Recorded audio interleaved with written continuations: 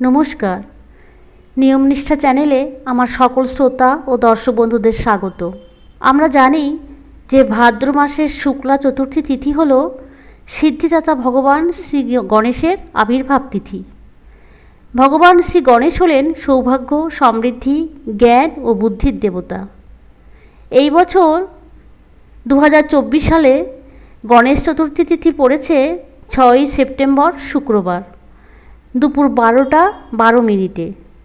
তিথি সমাপ্ত হচ্ছে 7ই সেপ্টেম্বর শনিবার দুপুর 2:14। গণেশ চতুর্থীর দিন যদি এই সহজ ও সাধারণ উপায়গুলি করেন তাহলে জীবনে সৌভাগ্য সমৃদ্ধি ফিরে আসবে। প্রথম উপায়টি হচ্ছে, গণেশজির প্রিয় বস্তু হলো দূর্বা। 5টি ত্রিপত্রযুক্ত দূর্বা গণেশজিকে নিবেদন করবেন। কারণ আমাদের 5টি ইন্দ্রিয়কে বশে রাখার জন্য, গৃহের মধ্যে পঞ্চতত্ত্বকে বশে রাখার জন্য। এই পঞ্চতত্ত্ব হলো জল, বায়ু, অগ্নি, পৃথিবী ও আকাশ। ভগবান গণেশের এই 5টি স্বরূপ আছে।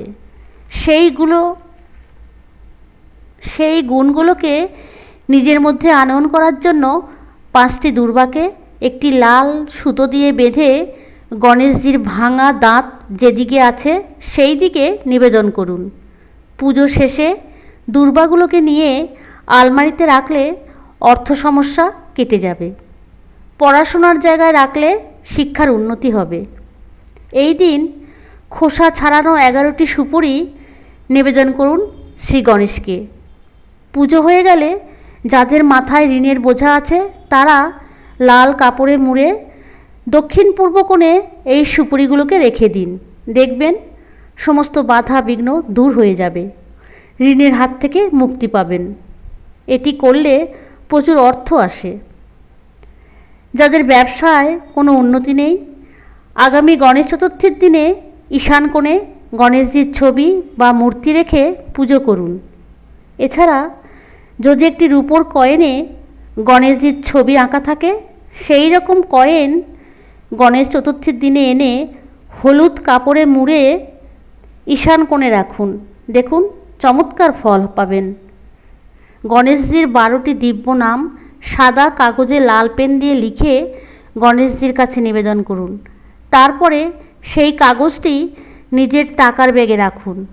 অর্থ সমস্যা দূর হবে। গণেশ পুজোর দিন দূর্বা ঘাস দিয়ে হোম করলে সকল প্রকার গ্রহদোষ কেটে যাবে। বন্ধুরা, এই উপায়গুলি করলে আপনাদের জীবন হবে সুন্দর ও সৌভাগ্যের।